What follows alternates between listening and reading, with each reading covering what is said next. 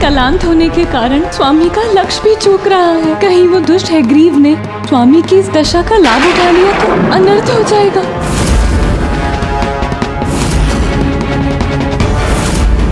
यहाँ तो श्रीहरि नारायण और वासुर हैग्रीव दोनों ही युद्ध करते करते क्लांत हो चुके हैं।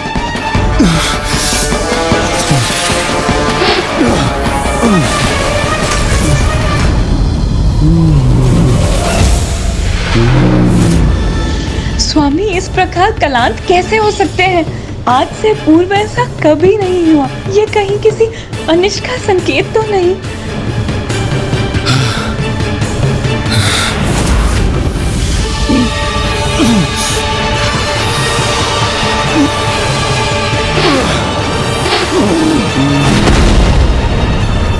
बहुत थकान हो रही है मुझे। अब तो इन पर प्रहार करने के लिए हाथ उठाना भी कठिन हो गया है, किंतु वार तो करना ही होगा।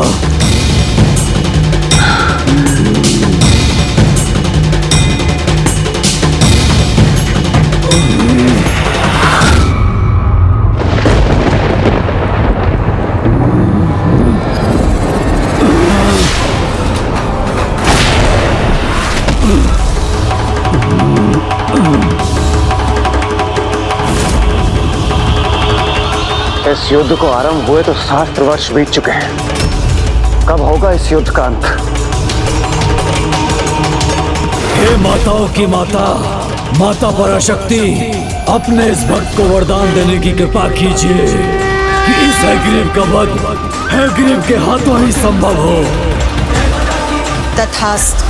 कदाचित दैत्य हैग्रीव को प्राप्त वरदान के कारण ही वो अभी तक सुरक्षित है। रुकिए नारायण, थक गए हैं आप। कदाचित आपको युद्ध विराम और कुछ विश्राम की आवश्यकता है, तो जाइए। आपको विश्राम करने का समय दिया मैंने। जब आप पुनः युद्ध के लिए तैयार हो तो सूचित कर दीजिएगा मुझे। इसी बहाने में थोड़ा विश्राम कर लेता हूँ।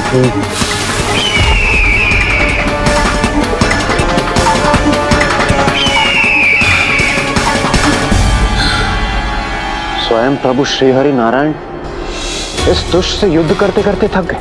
किंतु आश्चर्य है, प्रभु स्वयं इसे पराजित करने में असमर्थ हैं।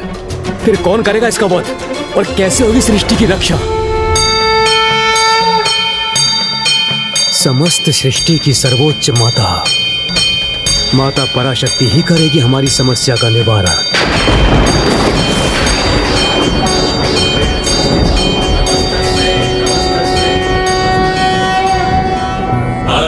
करुणां तरंगिनीं ताक्षीं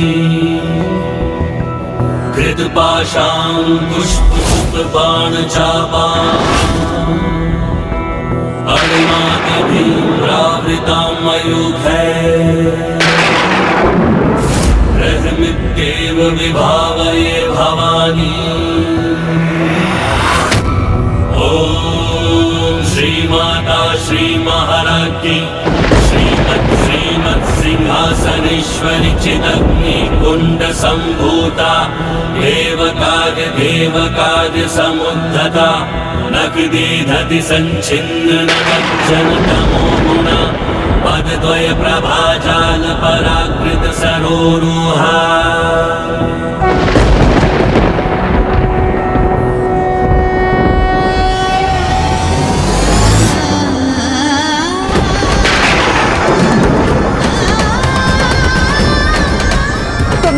श्राप देती हूँ कि आपका शीश जो मेरी ओर देखने के लिए मुड़ न सका, वो शीश अपने तन से विलग हो जाए। आज आपने जो भी कहा वो भी मेरी इच्छा के अनुसार ही हुआ, और आज की ये घटना इसीलिए अनिवार्य थी क्योंकि इसी घटना से संसार का भविष्य निर्धारित होगा। स्वामी की ये ऐसी दशा मुझसे देखी नहीं जा रही। ये बार बार किस प्रकार की अनहोनी का आभास हो रहा है मुझे।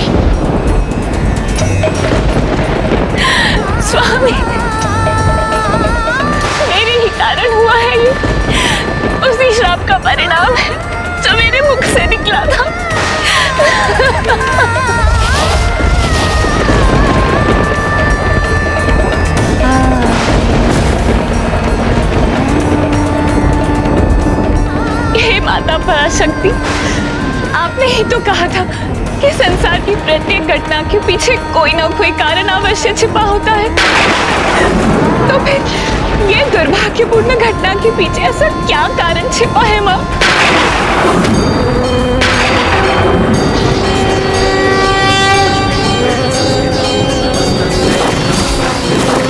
हाँ, प्रत्येक घटना के पीछे एक बड़ा कारण अवश्य होता है, जिसका रहस्य समय आने पर ही उजागर होता है।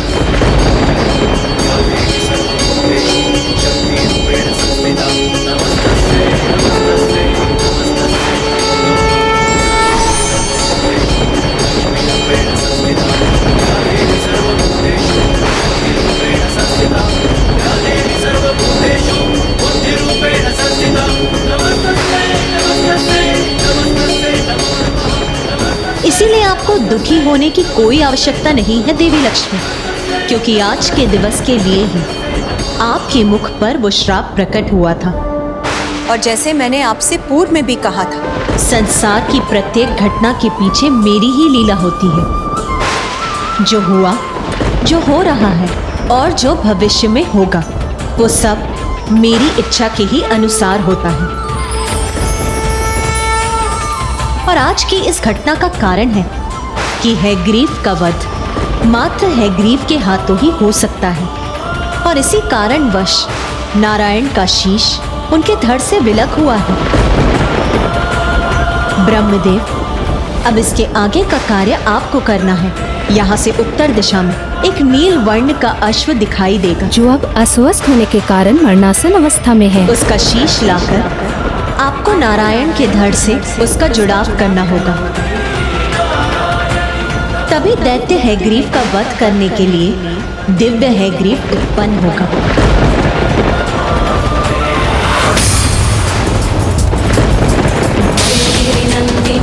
और जब वो अपने सिंहासन पर स्थित होकर दैत्य हैग्रीव गहरी निद्रा में लीन होकर विश्राम कर रहा था, तब माता पराशक्ति की आज्ञा अनुसार ब्रह्मदेव नील अश्व के शीश के साथ वहां लौट आए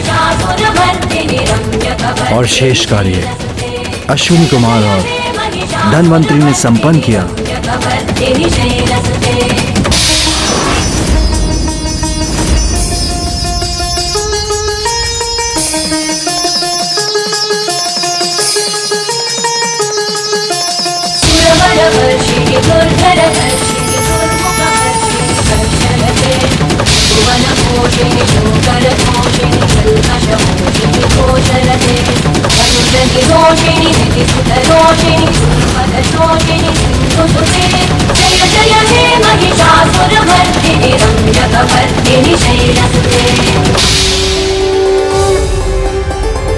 या देवी सर्वभूतेषु शक्तिरूपेण संस्थिता, नमस्तस्यै नमस्तस्यै नमस्तस्यै नमो नमः।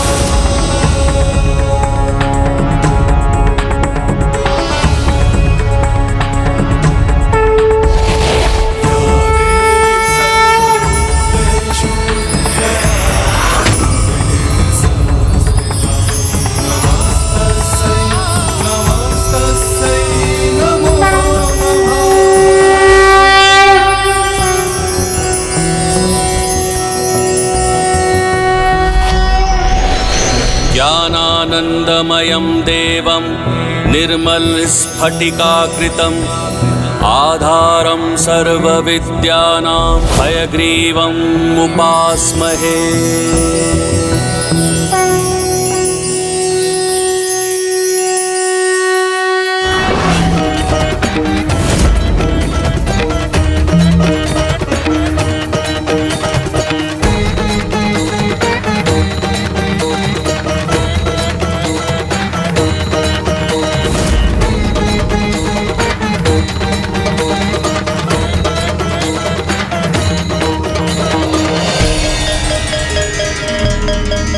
जय माता पराशक्ति। प्रभु हैग्रीव की जय, प्रभु हैग्रीव की जय, प्रभु हैग्रीव की जय, प्रभु हैग्रीव की जय।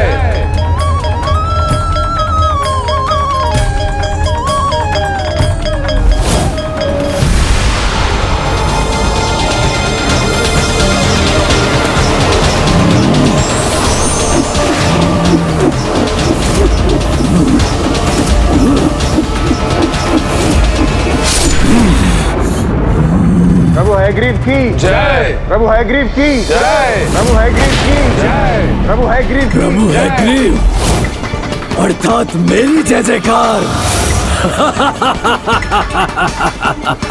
कदाचित नारायण ने भी अपनी पराजय स्वीकार कर ली और देवता भी हो गए लाचार।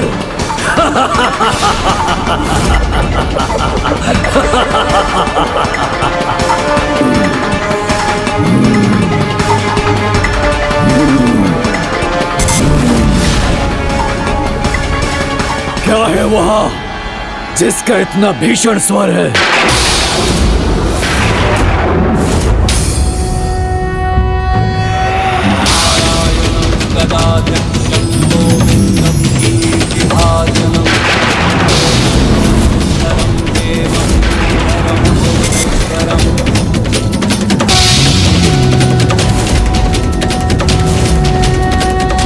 हैग्रीव, वो मेरी जय जयकार नहीं, इनकी थी। ये है प्रभु हैग्रीव। नारायणाय भवभीति निवारणाय नारायणाय प्रभवाय नमो नमस्ते।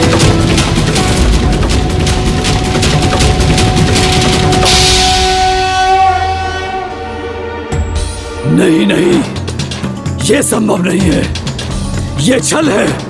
कैसे अपनी रक्षा करूं? अपने इस भक्त को वरदान देने की कृपा कीजिए कि इस हैग्रीव का वध हैग्रीव के हाथों ही संभव हो। किंतु अभी वेद तो मेरे भीतर ही समाहित है, तो फिर इतनी चिंता क्यों कर रहा हूं मैं? सुरक्षित रहूंगा मैं, कोई वध नहीं कर सकता मेरा।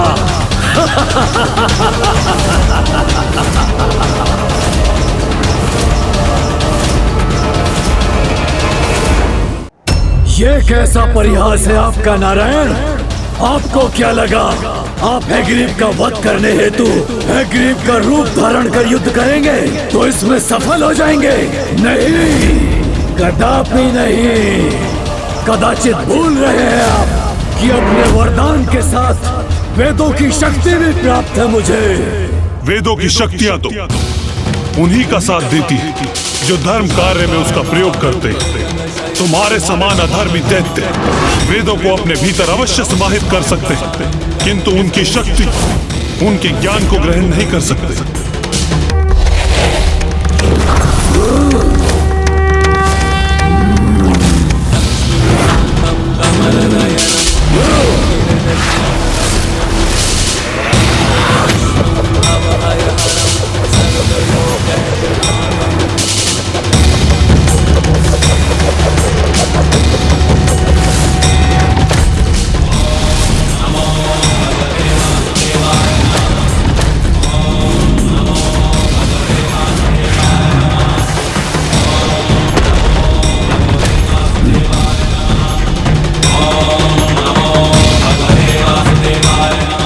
गदा को खंडित कर दिया इनके चक्र ने, और अब तो ये मेरी ही ओर बढ़ रहा है।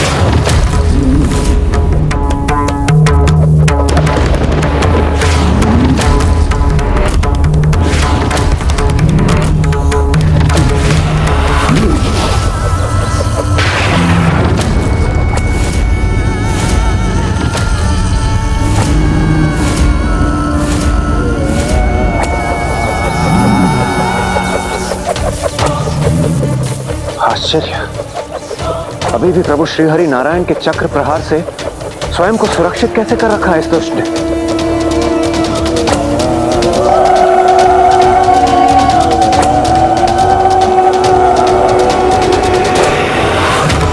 अब इस दुष्ट की अंत का समय आ गया।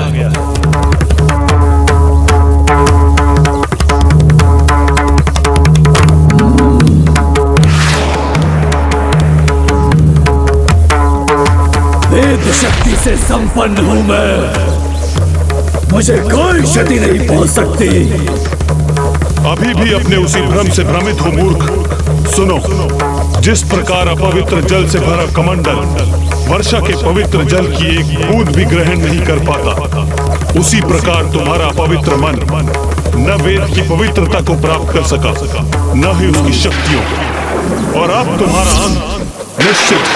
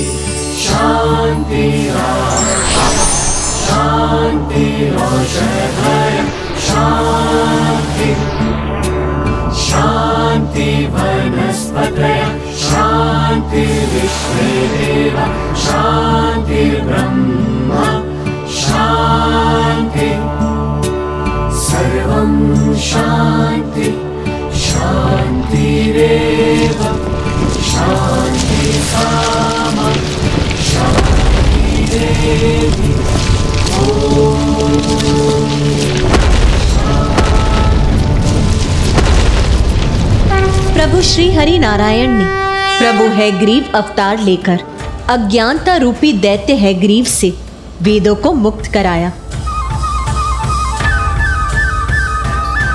और ज्ञान रूपी प्रकाश को सृष्टि पर लौटाया।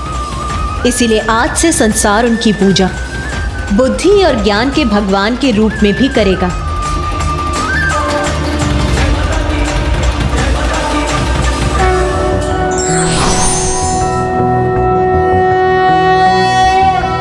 नारायणाय सुरमंडन मंडनाय नारायणाय सकल स्थिति कारणाय नारायणाय भवभीति निवारणाय नारायणाय प्रभवाय नमो नमस्ते।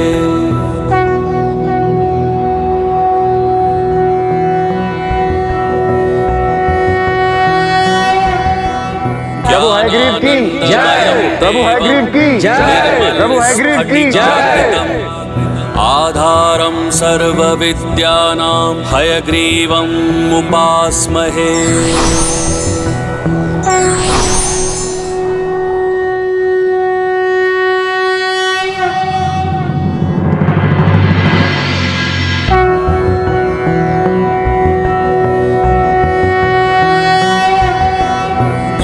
ज्ञानानन्दमयं देवं निर्मलस्फटिकाकृतिम् आधारं सर्वविद्यानां हयग्रीवम् उपास्महे।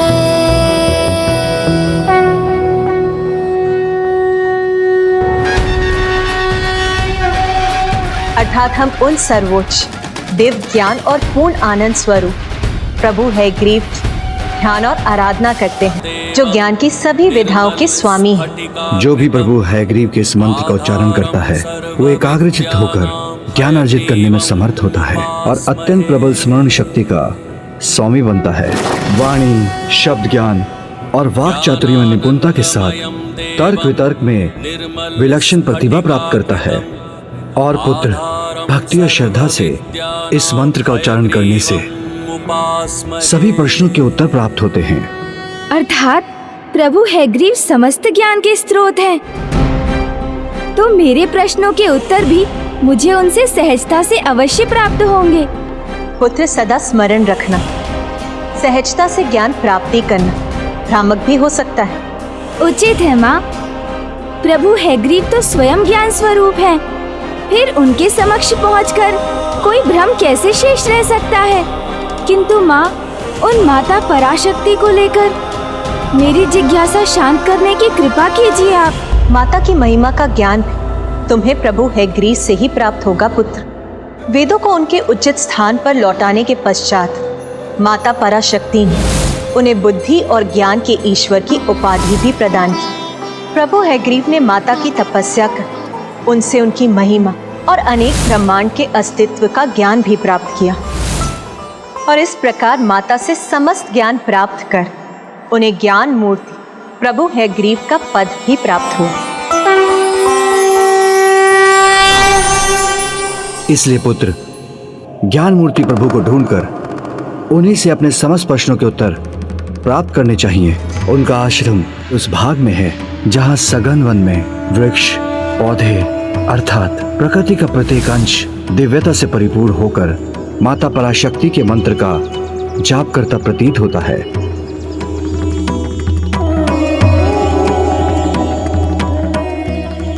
सघन वन में तो पहुंच गया मैं, तो ज्ञान मूर्ति प्रभु हैग्रीव का आश्रम भी यही कहीं होगा।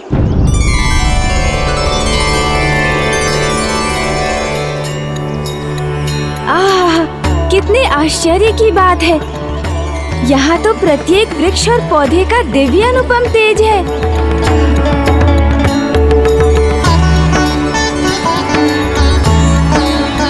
पिताश्री ने जैसा वर्णन किया था सब कुछ वैसा ही है यहाँ।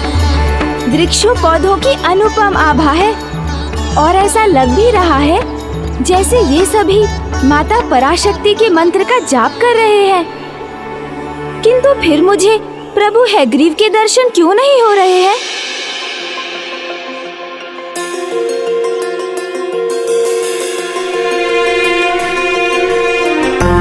मुझे वन के इसी भाग में ढूंढना होगा उन्हें।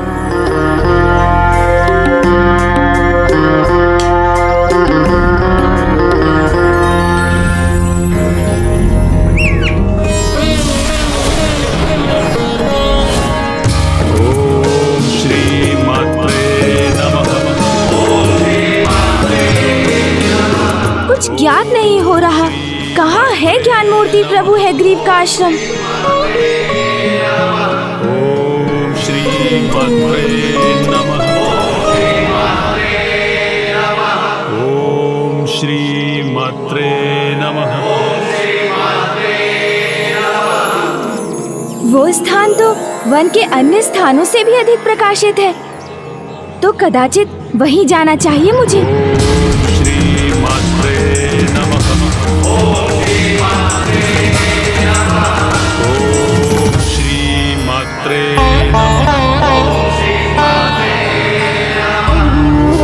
मुझे तो आशा थी कि यहाँ पहुँचने पर मुझे ज्ञान मूर्ति प्रभु हैग्रीव के दर्शन अवश्य होंगे, किंतु वो तो यहाँ भी नहीं है।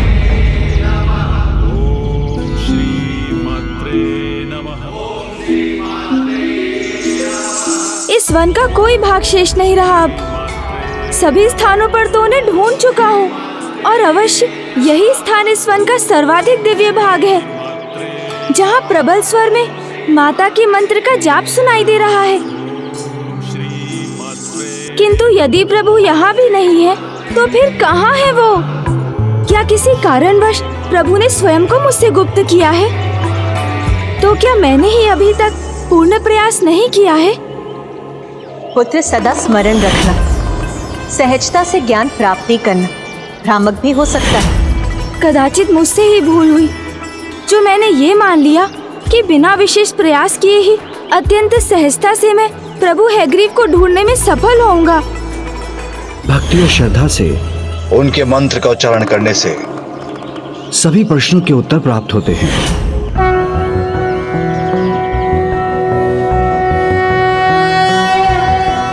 ज्ञानानंदमयं देवं निर्मलस्फटिकाकृतिम् आधारं सर्वविद्यानां हयग्रीवम् उपास्महे।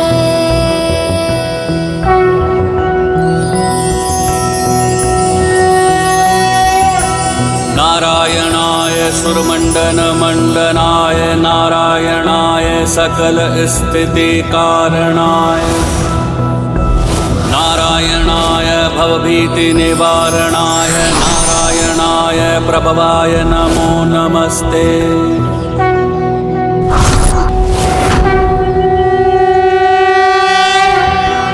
ज्ञानानन्दमयं देवं निर्मलस्फटिकाकृतिम् आधारं सर्वविद्यानां हयग्रीवम् उपास्महे।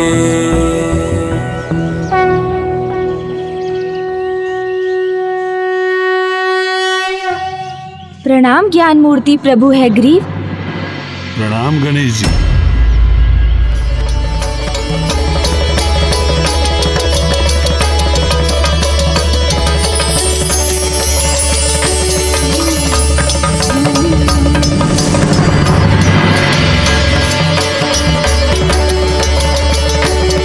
हे गौरी नंदन, हे महादेव पुत्र, प्रथम पूज्य गणेश जी, मेरे आश्रम में आपका स्वागत है।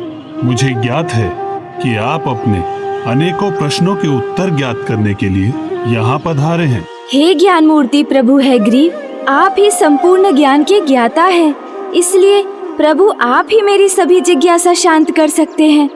और अभी आपके दर्शन पाकर तो मेरे मन में वो सभी प्रश्न पुनः उभर उठे हैं जिनके उत्तर पाने के लिए मैं इतना व्याकुल हूँ प्रभु। असंख्य ब्रह्मांड क्यों, कैसे और कहाँ है? माता पराशक्ति अर्थात संसार की सर्वोच्च माता कौन है? और वो तीन विचित्र जीव जिन्हें मैंने माँ, पिताश्री और कुबेर जी के साथ देखा था, वो कौन है? और मैं ये भी ज्ञात। शांत गणेश जी, आइए मेरे साथ चलिए।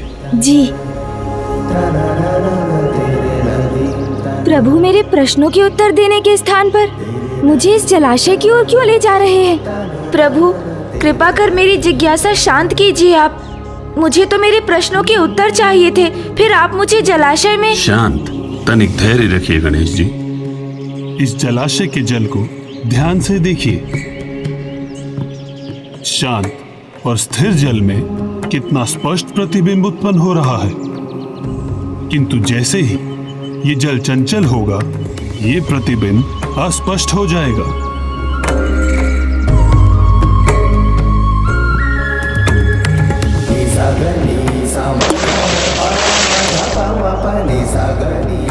आप स्वयं देखिए गणेश जी। प्रभु, इस जल के उदाहरण से हमें यही सीख प्राप्त होती है ना कि शांत और स्थिर मन से ही व्यक्ति ज्ञान प्राप्त कर उसे पूर्णता में ग्रहण और समझने में समर्थ हो पाता है, और अशांत मन से अपने प्रश्नों के उत्तर पाकर भी उन्हें समझना कठिन हो जाता है। सत्य कहा ना प्रभु? इसलिए सर्वप्रथम आपको माता पराशक्ति की आराधना हेतु उनके मंत्र ओम श्री मात्रे नमः का जाप कर अपने मन को शांत करना चाहिए। ओम श्री मात्रे नमः, ओम श्री मात्रे नमः, ओम श्री मात्रे नमः।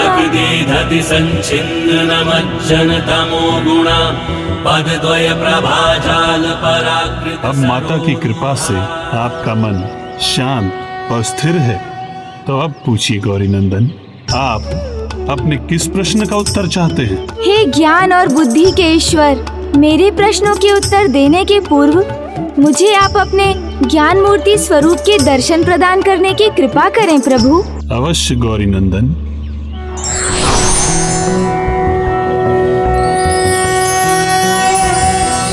ज्ञानानंदमयं देवं निर्मलस्फटिकाकृतम् आधारं सर्वविद्यानां हयग्रीवम् उपास्महे।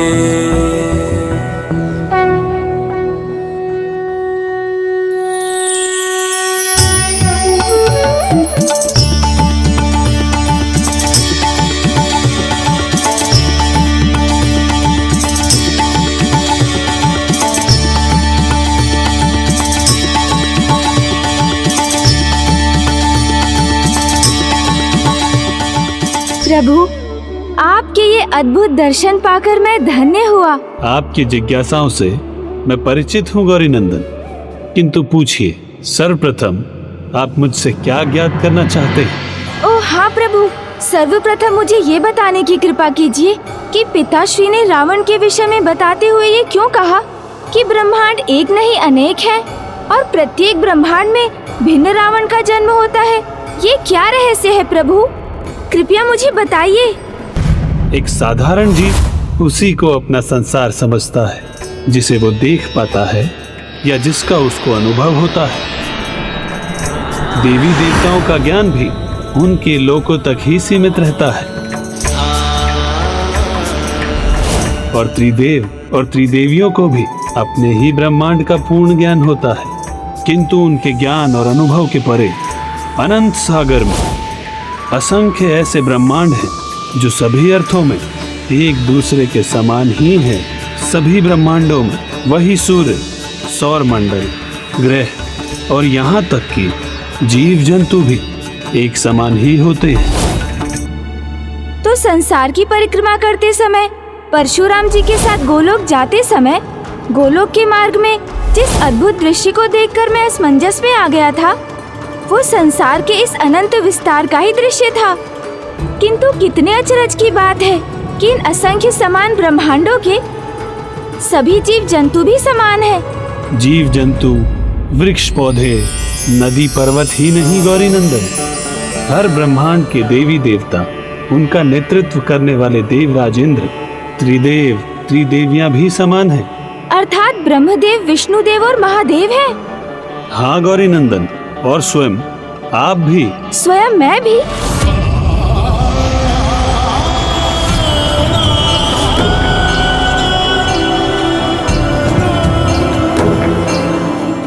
और जब इन असंख्य ब्रह्मांडों में अन्य सब कुछ समान है, तो वहाँ वही छोटे बड़े असुर भी जन्म लेते हैं जो अन्य ब्रह्मांडों में होते हैं। ओम नमः शिवाय, ओम नमः शिवाय, ओम नमः शिवाय, ओम नमः शिवाय।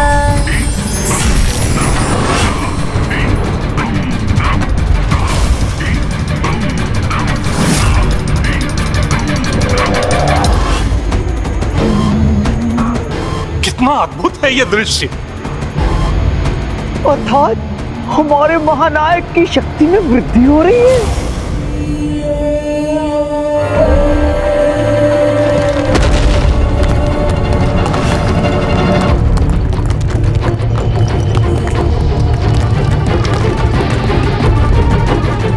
इस प्रकार तो हमारे महानायक समय से पूर्व ही अपने लक्ष्य को प्राप्त कर लेंगे।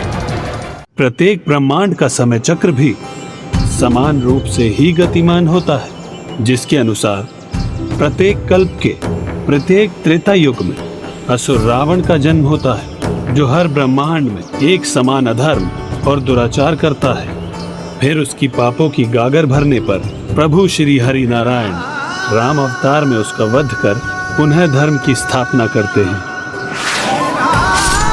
महादेव के कथन के पीछे छिपे इस गूढ़ रहस्य को मुझ पर उजागर करने हेतु आपका कोटि कोटि धन्यवाद प्रभु। अब ज्ञात हुआ मुझे कि माता पराशक्ति की रचना और जीवन की क्रिया तो अनंत है। ब्रह्मांड एक नहीं अनेक हैं। हाँ गौरी नंदन गणेश जी, और इस असंख्य ब्रह्मांड का 108 की संख्या के समूह में अनंत विस्तार है, जो संयुक्त रूप से एक महाब्रह्मांड की रचना करते हैं। अनंत ब्रह्मांडों की जननी है समस्त माताओं की माता, माता पराशक्ति। प्रणाम माता। प्रणाम माता। मेरा अगला प्रश्न तो माता पराशक्ति को लेकर ही था प्रभु। माँ ने कहा था उनका रहस्य भी आप ही को ज्ञात है, तो मुझे बताने की कृपा करें प्रभु कि क्या वो माँ पार्वती से भिन्न है और उनका निवास कहाँ है? न वो हमसे भिन्न है, न हम उनसे, और ये असंख्य ब्रह्मांड भी तो उन्हीं के अंश है। माता पार्वती जगत जननी है और माता पराशक्ति प्रत्येक जगत की जननी है। माता पार्वती की भी इसलिए तो उन्हें माताओं की माता भी कहा जाता है। संपूर्ण संसार अर्थात इस अनंत संसार के कण कण में जो सर्वोच्च चैतन्य के रूप में व्याप्त है, जिनसे सर्व जगत में चेतना का संचार होता है, जो चैतन्य की व्यक्त और द्वितम रूप है, उन्हीं माता ललिता पराशक्ति का सभी दिव्य शक्तियों में सर्वोच्च स्थान है। संपूर्ण संसार अर्थात इन अनंत असंख्य ब्रह्मांडों में रचित महाब्रह्मांड में माता पराशक्ति की ही सत्ता है, जो हो चुका है, जो हो रहा है और जो होने वाला है सब उन्हीं की लीला है। और उन्हीं की लीला के अनुसार आपने उन तीनों दृश्यों को देखा था गौरी नंदन। किंतु प्रभु, वो तीन जीव हैं कौन? वो तीन महाविकारों से जन्मे 3 महाअसुर हैं जो प्रत्यक्ष और अप्रत्यक्ष रूप से प्रभावित कर मनुष्य को उनके पतन की ओर ले जाते हैं। उनमें प्रथम नर कंकाल रूपी लोभासुर है, जिसका जन्म लोभ से हुआ था।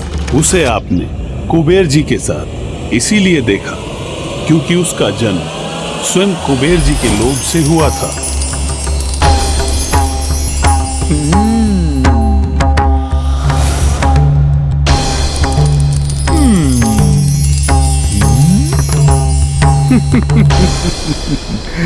स्वर्ण ही स्वर्ण है मेरे चारों ओर, अमूल्य आभूषण और रत्नों से घिरा हूं मैं।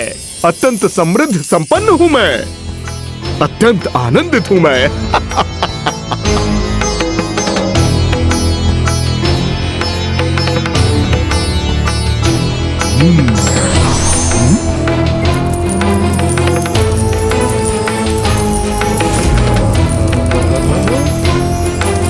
स्वर्ण ही स्वर्ण।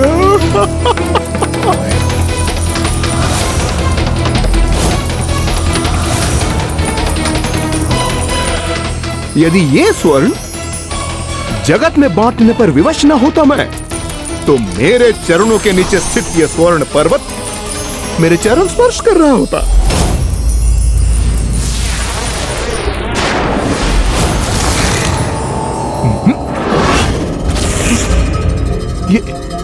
ये मेरा चरण स्पर्श किसने किया?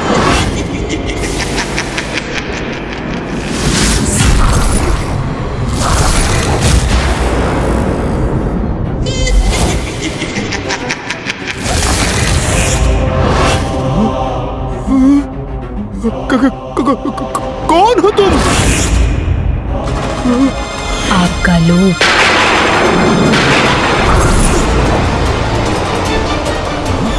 यदि ये स्वर्ण जगत में बांटने पर विवश न होता मैं, तो मेरे चरणों के नीचे स्थित ये स्वर्ण पर्वत मेरे चरण स्पर्श कर रहा होता। ये क्या हो गया मुझसे?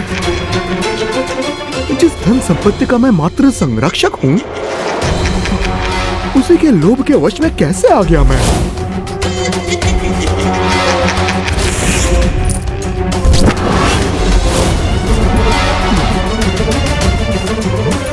ये संपूर्ण धन, ये स्वर्ण, ये अमूल्य रत्न, ये सब मेरे ही है ना?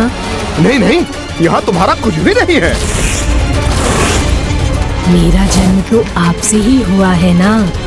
आज ये सब आपका है, कल ये सब मेरा होगा, मात्र मेरा। नहीं नहीं, ये उचित नहीं है। मेरा यहाँ कुछ भी नहीं है। मैं तो मात्र इस धन कोश का संरक्षक हूँ। इस धन पर तो समस्त जगत का अधिकार है। नहीं, अन्य किसी का नहीं है, ये सब मेरा है, मेरा है।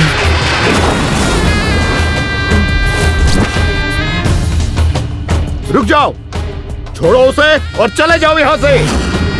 जब धन के देवता कुबेर जी को यह आभास हुआ कि उनके लोभ के कारण ही लोभासुर उत्पन्न हुआ है, तो उन्हें अपनी भूल पर पश्चाताप हुआ, क्योंकि अब उनके कारण ही संसार के समस्त धन पर संकट आ सकता था। नहीं, अन्य किसी का नहीं है, ये सब मेरा है, मेरा है। रुक जाओ, छोड़ो उसे और चले जाओ यहाँ से।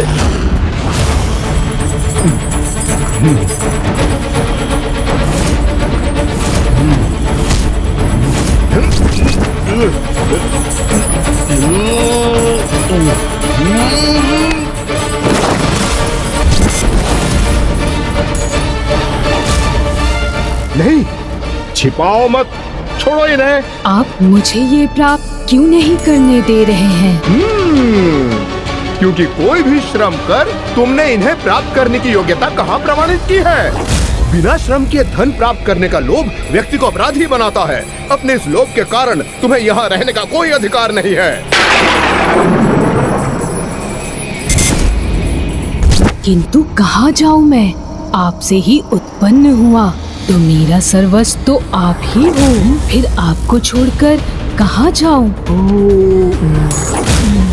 लगता है ये ऐसे मुझे स्वर्ण मुद्रा प्राप्त करने नहीं देंगे। मुझे इन्हें छुपाकर प्राप्त करना होगा। मुझे नहीं ज्ञात था मेरा धन का लोभ ऐसा भयंकर रूप धारण करेगा। इसका इन मुद्राओं का लोभ बिना उन्हें अर्जित किए इन्हें प्राप्त करने के लिए लालायित कर रहा है इसे। कहीं ये अपने इस लोभ के भाव का विस्तार संपूर्ण संसार में न कर दे।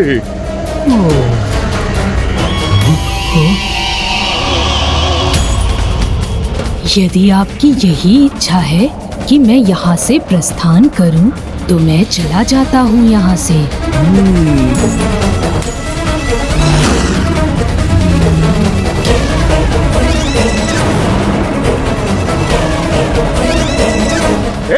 रुक जाओ।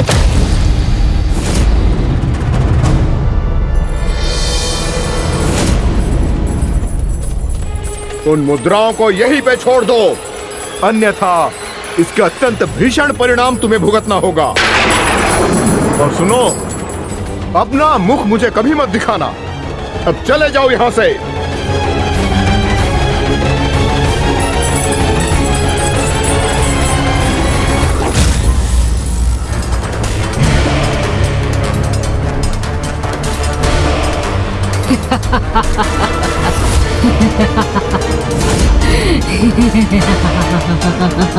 आज तो एक ही प्राप्त कर सका मैं, किंतु शीघ्र इन मुद्राओं का पर्वत होगा मेरे पास। कुबेर जी, जितनी मुद्राओं के आप स्वामी हैं, उतनी ही मुद्राओं का स्वामी तो मैं अवश्य बनूंगा। फिर क्या हुआ प्रभु? वो लोभ एक विकार से उत्पन्न हुआ था और अन्य विकारों के समान निरंतर बढ़ता ही गया। जिस दिवस आपने उसे कुबेर जी के साथ देखा था, कुबेर जी उससे सुधरने का आग्रह कर रहे थे।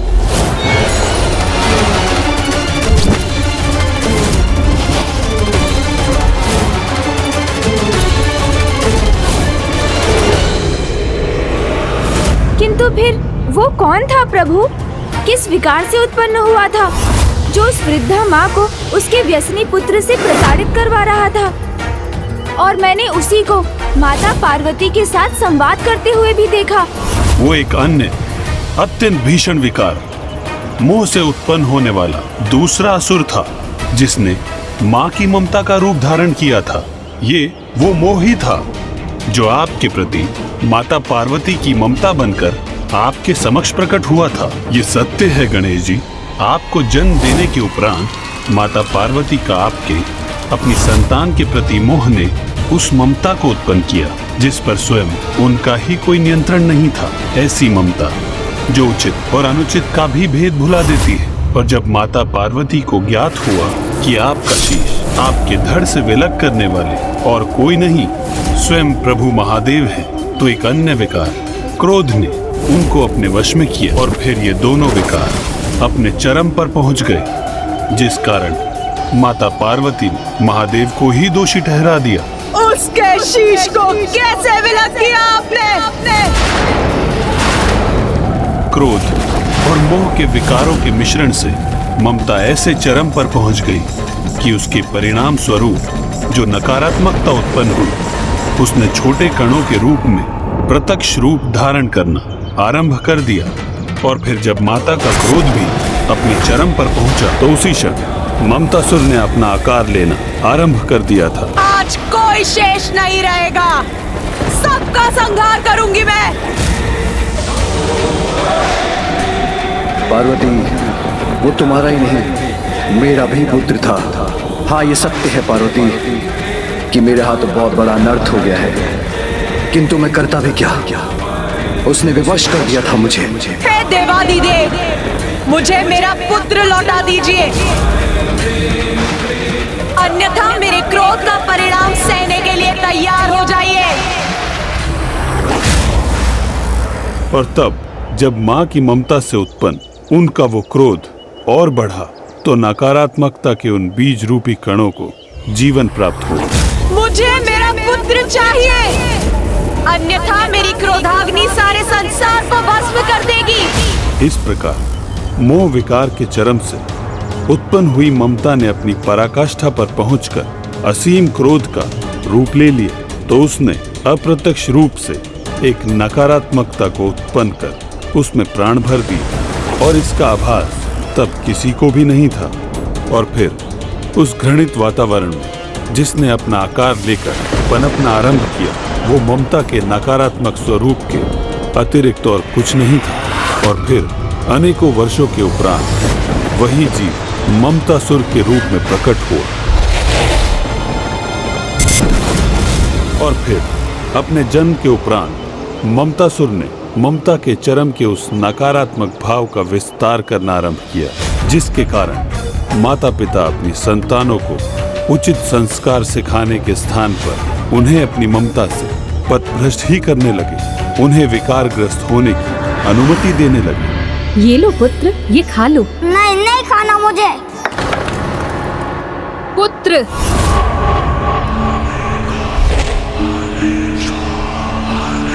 अच्छा पुत्र को खीर नहीं खानी तो कोई बात नहीं, मैं तुम्हारे लिए कुछ और बना देती हूँ। निर्दोष पक्षियों को कष्ट देना अधर्म है वत्स।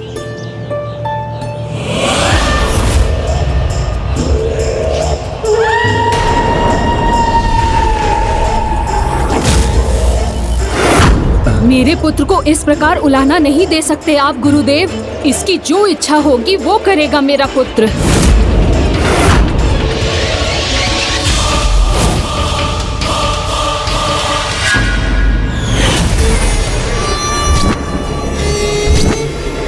हाँ प्रभु, मैंने भी इसकी उपस्थिति में एक पुत्र के हाथों माँ को प्रताड़ित होते देखा था। हाँ, ये ममतासुर का ही प्रभाव है, जिससे एक माँ अपनी संतान की हर भूल और अपराध को क्षमा कर उसे उचित मार्ग दिखाने से चूक जाती है। इसलिए जब माँ पार्वती को उसके अस्तित्व का ज्ञान हुआ तो उन्होंने उससे भेंट की, जिससे वो ममतासुर को समझा सके और उसे यह अधर्म करने से रोके।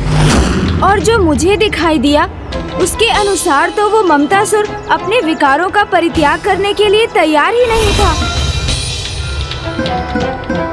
किंतु ये तो अत्यंत दुख की बात है कि स्वयं माँ से भी एक भूल हुई, जिससे इतना प्रभावी और भयंकर महाअसुर उत्पन्न हो गया। माता पार्वती से ही नहीं, भूल तो स्वयं महादेव से भी हुई थी, जिसके कारण तीसरे असुर कामासुर का जन्म हुआ था। पिताश्री से भूल हुई थी? हाँ गणेश जी, ये एक कटु सत्य है कि स्वयं जगत पिता महादेव उस तीसरे असुर के जन्म का कारण बने। और ऐसा तब हुआ जब प्रभु महादेव ने अपने आराध्य प्रभु नारायण के उस रूप में उनके दर्शन करने की इच्छा व्यक्त की, जो उनका सर्वाधिक मनमोहक रूप है।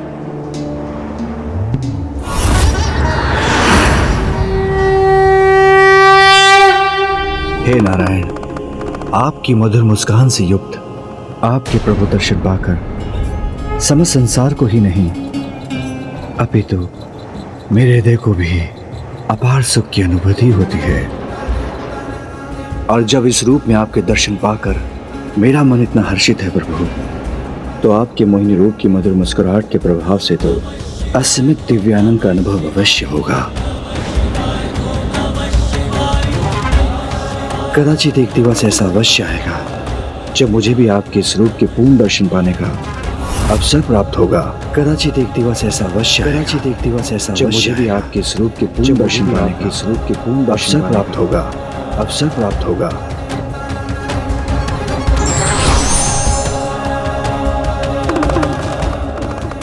महादेव, आपकी इच्छा तो मेरे लिए आदेश के समान है।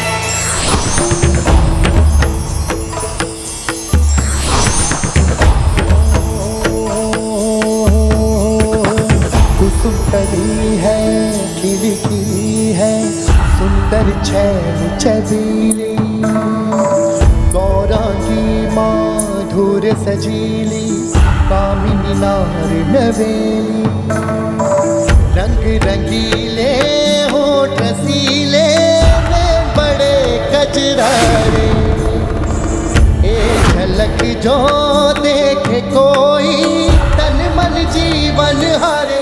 प्रणाम प्रभु महादेव, मैं मोहिनी रूप में आपके समक्ष उपस्थित हूँ।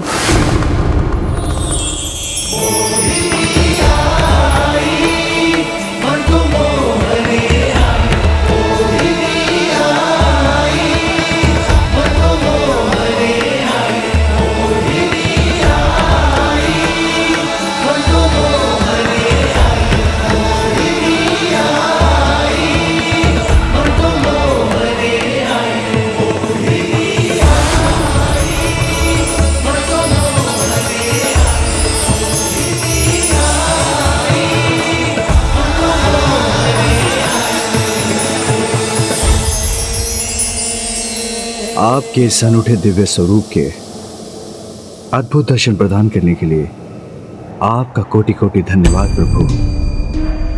हे महादेव, अपने आराध्य की इच्छा को पूर्ण करना तो भक्त का सर्वोच्च कर्तव्य होता है।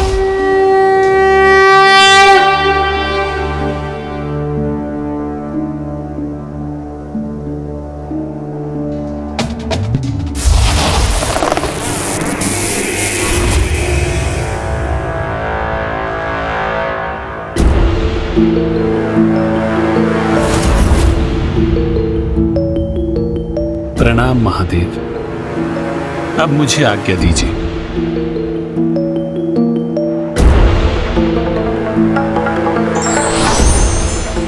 महादेव, मुझे अर्थात कामासुर को उत्पन्न करने के लिए आपका कोटि कोटि धन्यवाद। किसका स्वर था ये?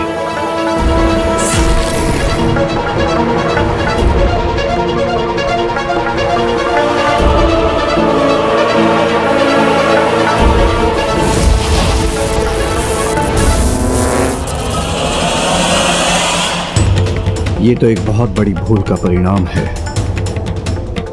ऐसी भूल जो जगत के लिए अत्यंत विनाशकारी प्रमाणित होगी।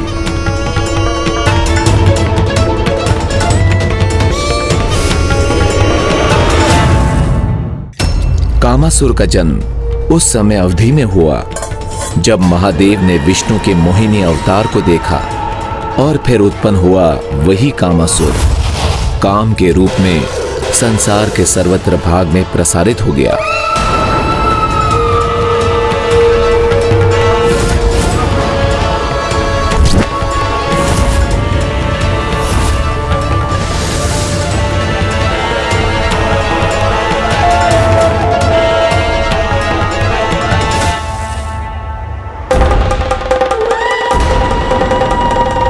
श्रीमान, सब्जी वापस क्यों रख रहे हैं? मुझे दीजिए ना।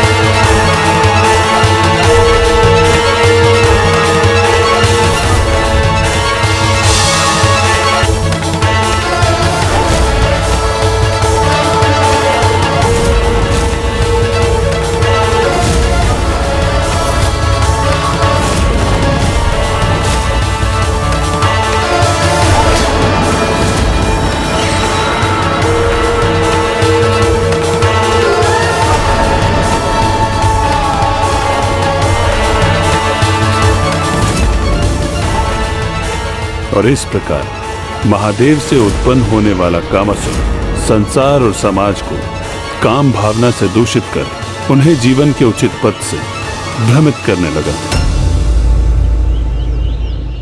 हाँ प्रभु, मुझे स्मरण है जिस दिवस मैंने उस कामासुर को पिताश्री के साथ देखा था, उसी दिवस वो एक भक्त को अपने दुष्प्रभाव से ग्रस्त कर प्रभु की आराधना से भटका रहा था।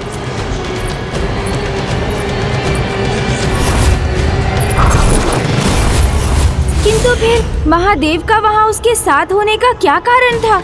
गणेश जी, उस दिवस प्रभु महादेव कामासुर को यही चेतावनी दे रहे थे कि वो संसार और समाज को अपने प्रभाव से दूषित करना रोक दे। किंतु उसके हाव भाव से तो ऐसा ही लग रहा था कि वो पिताश्री की चेतावनी के उपरांत भी अपने स्वभाव और आचरण में तनिक भी परिवर्तन लाने के लिए तैयार नहीं था। हाँ गणेश जी, विकार एक बार जागृत हो जाए, उन्हें बढ़ने का अवसर प्राप्त हो जाए, तो फिर उन्हें शांत करना अत्यंत कठिन होता है। और ये तीनों भी अपने स्वभाव और आचरण में कोई परिवर्तन लाने के लिए न तो तैयार थे, न ही इसके लिए उन्हें कोई विवश कर सकता था। क्योंकि इन तीनों असुरों का जन्म होने के कुछ समय उपरांत जब प्रथम बार इनकी भेंट हुई तो हम तीनों विकार साकार और आकार तो हो गए। साकार हो गए हैं तो अपना कार्य भी करेंगे। हाँ, करेंगे ना। विस्तार अपने अपने विकारों का।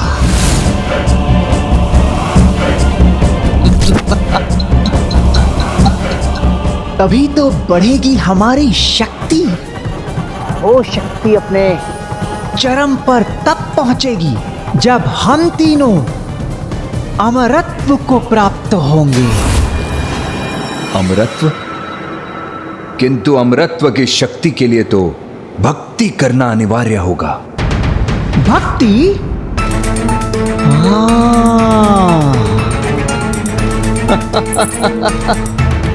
अब समझ में आया कि उस भक्ति को समूल नष्ट करने के लिए सर्वप्रथम हम उसे अपनाएंगे और करेंगे तब घोर तप।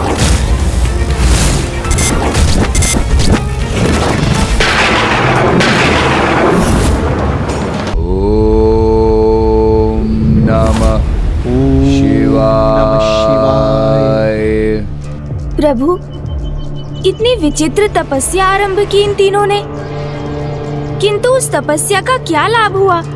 क्योंकि वो तीनों तो अमरत्व प्राप्त करना चाहते थे और अमरत्व का वरदान तो किसी भी जीव को प्राप्त नहीं हो सकता। हाँ गणेश जी, जीवन और मृत्यु के चक्र से तो कोई जीव मुक्त नहीं हो सकता, इसलिए अमरत्व का वरदान तो इन तीनों असुरों को भी प्राप्त नहीं हुआ। किंतु भोलेनाथ महादेव को इनके तप से प्रसन्न कर इन तीनों असुरों ने उनसे अजय होने का वरदान प्राप्त अवश्य कर लिया।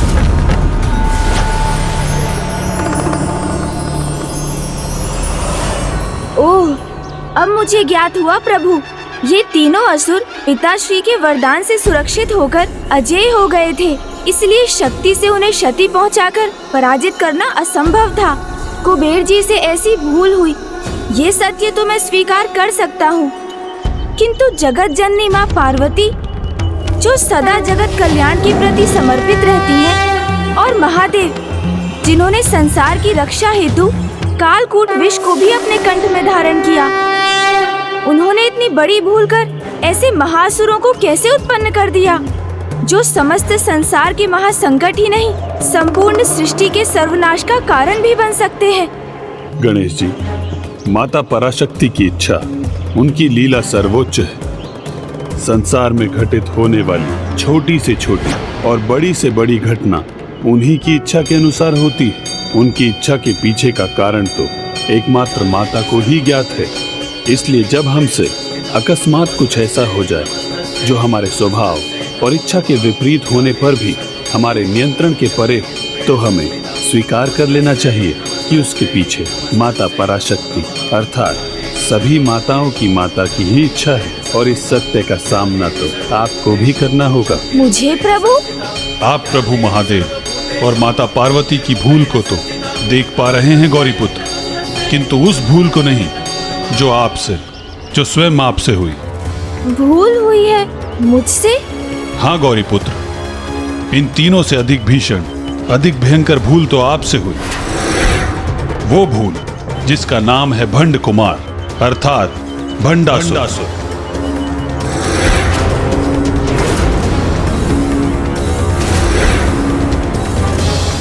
ओम नमः शिवाय, ओम नमः शिवाय, ओम नमः शिवाय, ओम नमः शिवाय, ओम नमः शिवाय, ओम नमः शिवाय, ओम नमः शिवाय, ओम नमः शिवाय।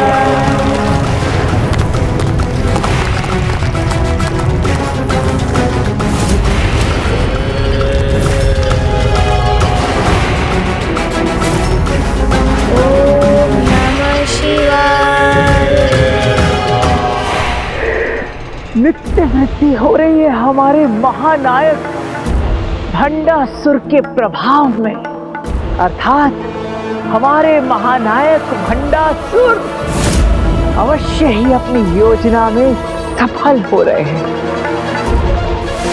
ओम नमः शिवाय। तो अब हमें भी अपना नियत कार्य पूर्ण करना चाहिए।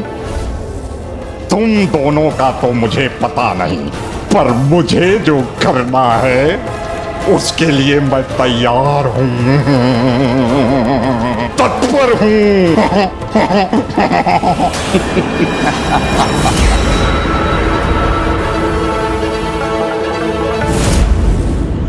आपने जिस भंडासुर का सृजन किया है, जिसे जीवन प्रदान किया है, वो तो सभी असुरों से कहीं अधिक भयंकर, कहीं अधिक सर्वनाशी है।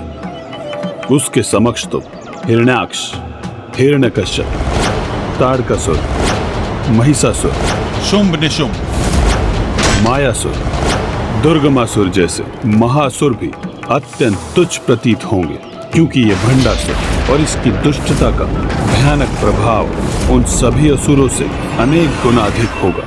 भूत, वर्तमान, भविष्य के सभी असुर यदि एक साथ भी आ जाएं, तो भी एकमात्र असुर उनसे कहीं अधिक शक्तिशाली, कहीं अधिक दुष्ट, अधिक दुराचारी, क्रूर और अधर्मी होगा।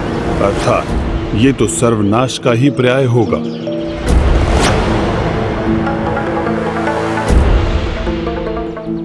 अपनी सर्वनाशी सत्ता मात्र एक ब्रह्मांड पर नहीं, अपितु अनेकों ब्रह्मांडों पर स्थापित करेगा।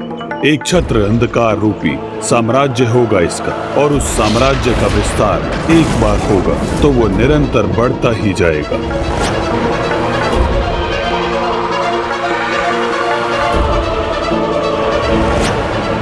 धर्म, पुण्य, अच्छाई का सबसे बड़ा शत्रु होगा ये, जिसके लिए बड़े से बड़ा पाप, अधर्म और अन्य किसी को होने वाला कष्ट चलता है ही होगा।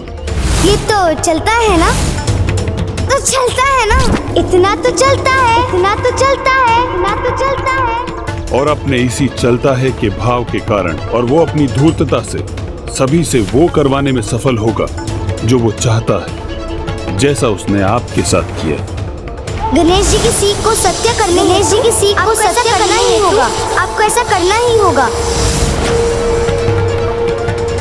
जाइए गणेश जी, आप मुझे ऐसे त्याग कर मत जाइए।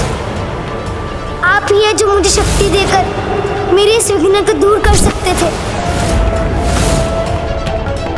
अन्य सभी की बुद्धि को अपने वशीभूत कर उन्हें अपनी इच्छाओं की पूर्ति का माध्यम बनाने वाला ये दुष्ट असुर अपनी कपट बुद्धि से 10 पग आगे की योजना का निर्माण करने में समर्थ होगा। शारीरिक बल नहीं, इसकी दुर्बुद्धि ही इसकी शक्ति होगी। इसलिए ये दूसरे असुरों से कहीं अधिक भयंकर होगा। और जिस प्रकार एक भूखे सियार से भयभीत होकर एक खग वन के किसी एकांत स्थान में छिप जाता है, उसी प्रकार भंडासुर और उसकी कुटिलता से भयभीत, आतंकित संसार की समस्त अच्छाई संसार के किसी ऐसे एकांत स्थान में जाकर छिपने पर विवश हो जाएगी। जहां उस पर कभी किसी की दृष्टि नहीं पड़ सके। इस प्रकार वो एक अनंत अंधकार के साम्राज्य का अधिपति बनेगा। ऐसा भयानक अंधकार जो कदाचित धर्म के प्रकाश को फिर कभी उजागर न होने दे, जिसके कारण मेरा, आपका और अच्छाई की शक्ति के प्रति समस्त देवी देवताओं का अस्तित्व संकट में आ जाएगा। और ऐसा मात्र एक ब्रह्मांड में नहीं, अनेकों ब्रह्मांडों में होगा।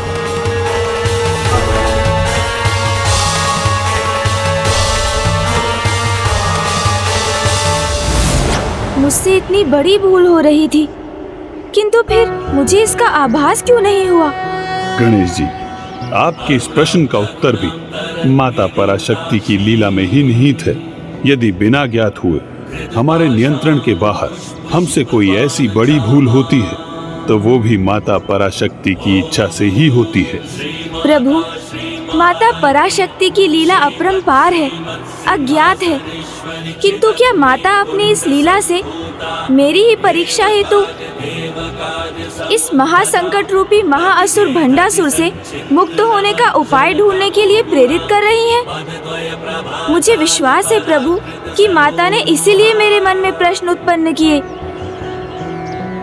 और उन प्रश्नों के उत्तर पाने आपके पास भेजा। तो मैं भी इस अंधकारी भंडासुर को रोकने का अथक प्रयास करूंगा। आप कृपा कर इस कार्य में मेरा मार्गदर्शन करने की कृपा करें प्रभु। मुझे कोई उचित उपाय सुझाएं। गणेश जी, लोभ, मोह, काम, क्रोध, मद और मात्सर्य, ये 6 महाविकार जो भंडासुर की शक्ति के स्रोत हैं, जब ये पूर्ण रूप से उसमें समाहित होंगे तभी सर्वशक्तिशाली बनेगा वो। किंतु जन्म से उसमें 3 विकार अर्थात क्रोध, मद, मात्सर्य ही उपस्थित हैं। लोभ, मोह, काम की शक्ति वो लोभासुर, ममतासुर और कामासुर को अपने भीतर धारण करने पर ही प्राप्त करेगा। और ये तीनों भी तब तक अपने स्वामी को शक्ति प्रदान करने हेतु किसी न किसी प्रयास में अवश्य तत्पर रहेंगे। इसलिए यदि भंडासुर को सर्वशक्तिशाली अपराज्य भंडासुर बनने से रोकना है, तो आपको इन तीनों असुरों को रोकना ही होगा। मैं ऐसा अवश्य करूंगा प्रभु। लोभासुर, ममतासुर और कामासुर को भंडासुर का भाग बनने से अवश्य रोकूंगा मैं। जो भूल मैं कर चुका हूँ उसे सुधारने का तो एक ही उपाय है मेरे पास। इसलिए हे प्रभु, मुझे आशीष दीजिए कि मैं किसी भी प्रकार इन तीनों असुरों द्वारा भंडासुर को पूर्ण होने से रोकने में सफलता प्राप्त करूं।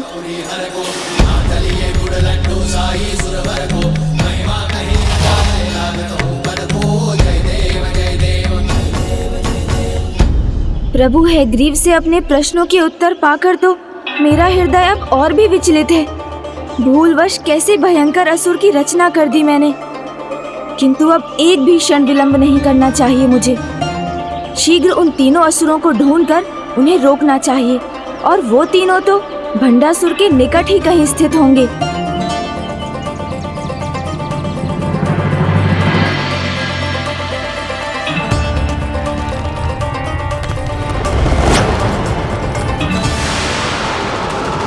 कम अवधि में ही इतने अधिक तपोबल का संचय कर लिया इस भंडासुर ने।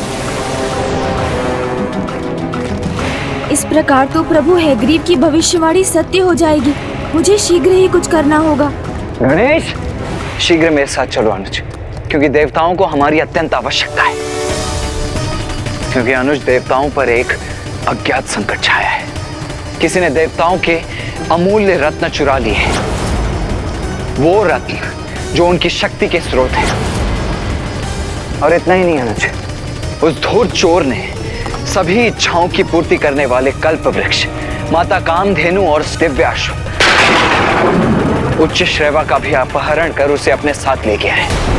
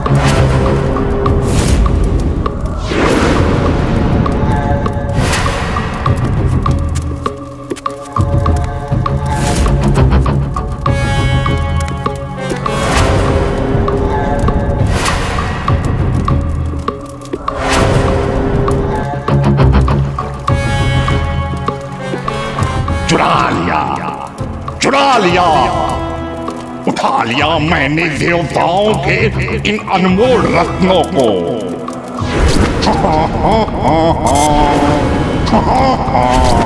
अब इन्हें यहीं सुरक्षित करूंगा मैं।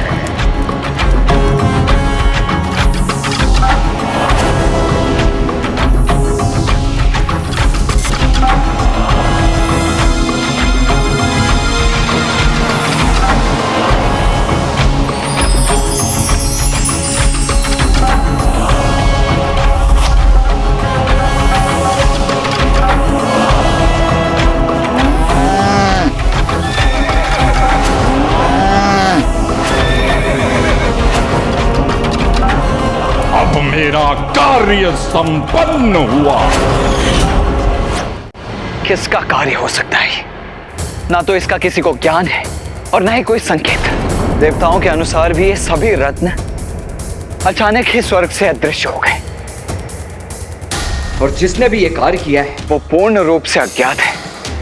तो मैं भी उस चोर को कैसे ढूंढूं? मुझे इन पद चिन्हों को देखकर कुछ आभास हो रहा है। ओम नमः शिवाय। और ये तीनों भी तब तक अपने स्वामी को शक्ति प्रदान करने हेतु किसी न किसी प्रयास में अवश्य तत्पर रहेंगे। मुझे ज्ञात है ये किसका कार्य है। तो शीघ्रता करो अनुज, मुझे बताओ कि कौन है वो दुष्ट। वो दुष्ट उन तीनों दुष्टों में से ही कोई एक है। वो तीन अर्थात ममतासुर, कामासुर और लोभासुर, जो तीन महाविकारों से उत्पन्न हुए महाअसुर हैं। ममतासुर मोह फैलाता है, कामासुर काम भावना का विस्तार करता है। चोरी हुए इन तीनों रत्नों से इन दोनों का तो कोई संबंध नहीं लग रहा, तो शेष रहा वो लोभासुर। वो समय शीघ्र आएगा जब हमारे महानायक भंडासुर की तपस्या संपन्न होगी। तब उन्हें इन सभी रत्नों की भेंट देकर उनका सर्वाधिक प्रिय शिष्य बनूंगा मैं।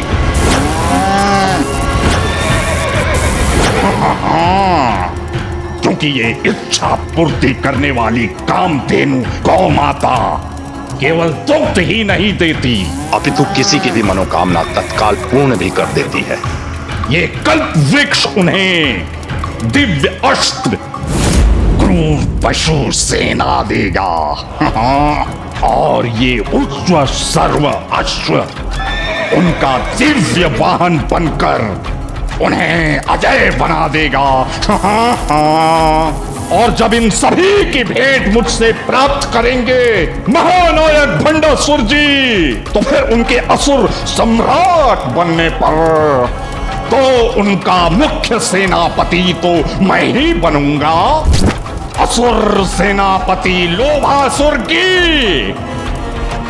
जय। भैया, मुझे पूर्ण विश्वास है कि ये कार्य उस लोभासुर का ही है। लोभ उसका स्वभाव है और चोरी उसका कर्म।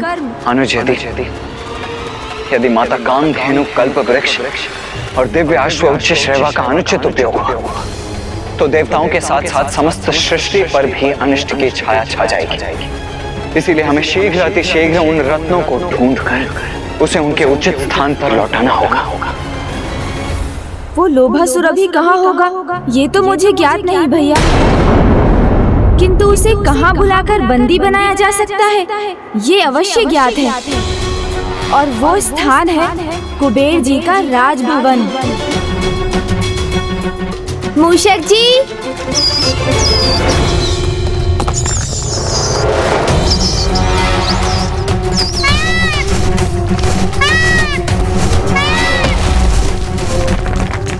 ओम नमः शिवाय। मैं तुम्हारे असुर सेवकों को तुम्हें और अधिक शक्तिशाली बनाने की अनुमति कदापि नहीं दूंगा भंडासुर। ओम नमः शिवाय।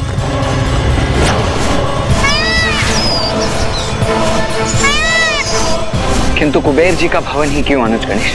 उसे वहीं बंदी क्यों बनाया जा सकता है? और कौन है ये असुर? वो सब मैं आपको मार्ग में बताऊंगा भैया। आपने ही कहा था ना, अधिक समय नहीं है हमारे पास, इसलिए अभी हमें शीघ्रता करनी होगी। मयूर जी,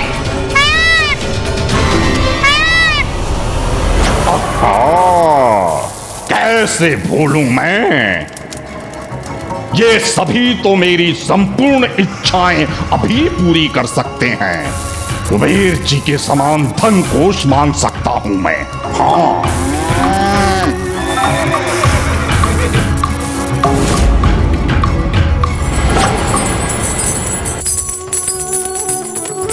प्रणाम प्रथम पूज्य गणेश जी।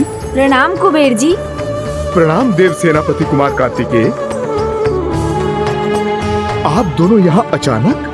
हमें आपसे एक विशेष कार्य है जिसके लिए हमारा यहाँ होना आवश्यक है।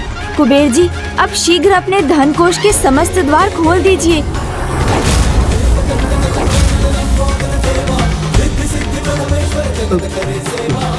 कदाचित मुझसे सुनने में कोई भूल हुई है, अन्यथा क्या मैं ज्ञात कर सकता हूँ कि गणेश जी आप मुझे ऐसा अनुचित आदेश क्यों दे रहे हैं? हाँ अनुज गणेश, तुम संसार के सबसे बड़े धन कोष के द्वार खोलकर उसे असुरक्षित छोड़ने के लिए क्यों कह रहे हो कुबेर जी से?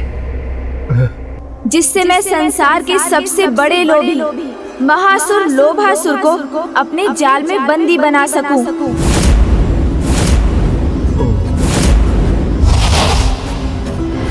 कुबेर जी, लोभासुर से तो परिचित है ना आप?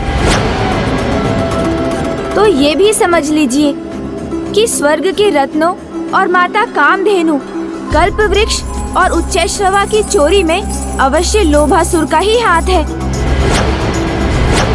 ऐसा अनर्थ होने के उपरांत भी आप सभी रत्नों और इस धनकोष को संकट में डालना चाहते हैं प्रभु? यदि लोभासुर मुक्त है तो आपका धनकोष तो वैसे भी संकट में है, क्योंकि जो चोर स्वर्ग से रत्न चुरा कर ले जा सकता है तो कभी ना कभी आपके धनकोष का धन चुराने भी अवश्य आएगा।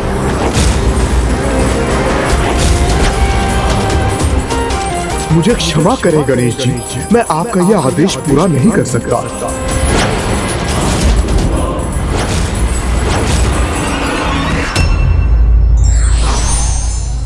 लोभ हर विकारों में सबसे बड़ा विकार है। ये मनुष्य की बुद्धि तत्काल हरकर उसका पतन कर देता है।